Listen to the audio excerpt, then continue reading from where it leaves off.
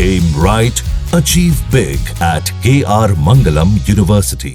और ईरान के 3 nuclear sites पर हमला हुआ। पेंटागन की तरफ से इसे लेकर ब्रीफिंग दी गई, जानकारी दी गई। अमेरिका के रक्षा मंत्री पीट हेग्सेथ ने कहा कि ईरान के 3 न्यूक्लियर साइट्स पर सटीक हमला हुआ है और इसे पूरी तरह से ध्वस्त कर दिया गया है। ईरान के न्यूक्लियर मंसूबे चकनाचूर हो गए हैं। राष्ट्रपति डोनाल्ड ट्रंप का आदेश स्पष्ट था कि उनके आदेश पर कल रात यह हमला किया गया। अमेरिका के B-2 बॉम्बर ने ईरान के फर्दो, नतांज और इस्फहान न्यूक्लियर साइट्स को टारगेट किया और ईरानी परमाणु कार्यक्रम को पूरी तरह से नष्ट करने का दावा किया। पेंटागन ने कहा है कि परमाणु खतरे को खत्म करना अमेरिका का लक्ष्य है और वो इसे पूरा कर रहेगा।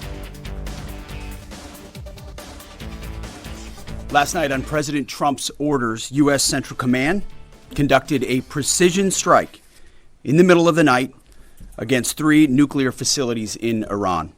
It was an incredible and overwhelming success. The order we received from our commander-in-chief was focused, it was powerful, and it was clear. We devastated the Iranian nuclear program. But it's worth noting the operation did not target Iranian troops or the Iranian people. For the entirety of his time in office, President Trump has consistently stated for over 10 years that Iran must not get a nuclear weapon. Full stop. Thanks to President Trump's bold and visionary leadership and his commitment to peace through strength, Iran's nuclear ambitions have been obliterated. Many presidents have dreamed of delivering the final blow to Iran's nuclear program, and none could until President Trump. और Iran के ऊपर अमेरिकी हमले के बाद security council की एक आपात बैठक चल रही है। इस बैठक में रूस और चीन ने अमेरिकी हमलों की कड़ी निंदा की है और साथ ही सभी पक्षों को सीज फायर के लिए कहा है। चीन ने यूनाइटेड नेशन सिक्योरिटी काउंसिल में कहा कि ईरान के परमाणु मुद्दे पर डिप्लोमेसी की सारी कोशिशें अब भी पूरी नहीं हुई है और अब भी एक शांतिपूर्ण समाधान उम्मीद बची हुई है। वहीं रूस ने अमेरिका के ईरान पर किए गए हमलों को गैर जिम्मेदाराना, खतरनाक और उकसावे वाला बताया है। रूस ने कहा है कि अमेरिका ने ईरान पर बमबारी करके पेंडोरा बॉक्स खोल दिया है और जिससे कौन सी नई तबाही, दुख सामने आएंगे ये कोई नहीं जानता है। रूस ने आरोप लगाया कि अमेरिका की डिप्लोमेसी में कोई रुचि नहीं है। हालांकि अमेरिका को जर्मनी का साथ जरूर मिला। जर्मनी के रक्षा मंत्री बोरिस पिस्टोरियस ने कहा है कि अगर ईरान के परमाणु हथियार से जुड़े ठिकाने वास्तव में नष्ट कर दिए गए हैं तो ये कोई बुरा संदेश नहीं है।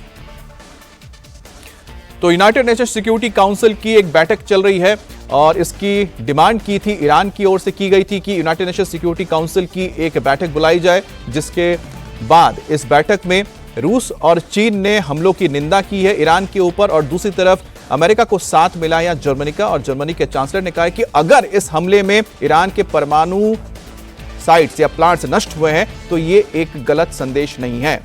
अमेरिका के हमले के बाद अब इंटरनेशनल एटॉमिक एनर्जी एजेंसी ने ईरान पर दबाव बढ़ाना शुरू कर दिया है। एजेंसी ने ईरान को नसीहत दी है कि वो अपने IAEA के इंस्पेक्टर्स को अपनी न्यूक्लियर साइट्स का दौरा करने की इजाजत दे।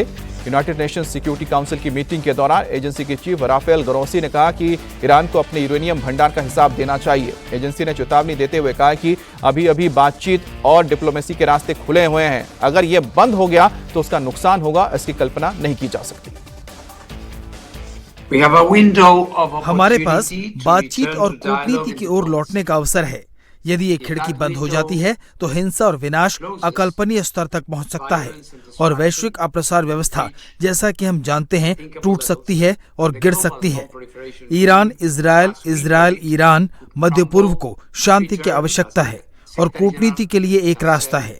जैसा कि महासचिव ने अभी कहा, हमें वार्ता की मेज पर लौटना चाहिए और IAEA निरीक्षकों, NPT के संरक्षकों को ईरान के परमाणु स्थलों पर वापस जाने और यूरेनियम के भंडार का हिसाब करने की अनुमति देनी चाहिए, जिसमें सबसे महत्वपूर्ण रूप से 60% पर 4400 किलोग्राम संवर्धित यूरेनियम शामिल है।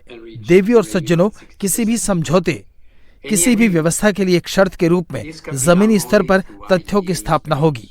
ये केवल IAEA निरीक्षकों के माध्यम से किया जा सकता है। IAEA निरीक्षक ईरान में हैं और उन्हें अपना काम करना चाहिए। इसके लिए प्लांट को बंद करना होगा ताकि ईरान आवश्यक सुरक्षा शर्तों के तहत टीम को साइट पर जाने दे सके।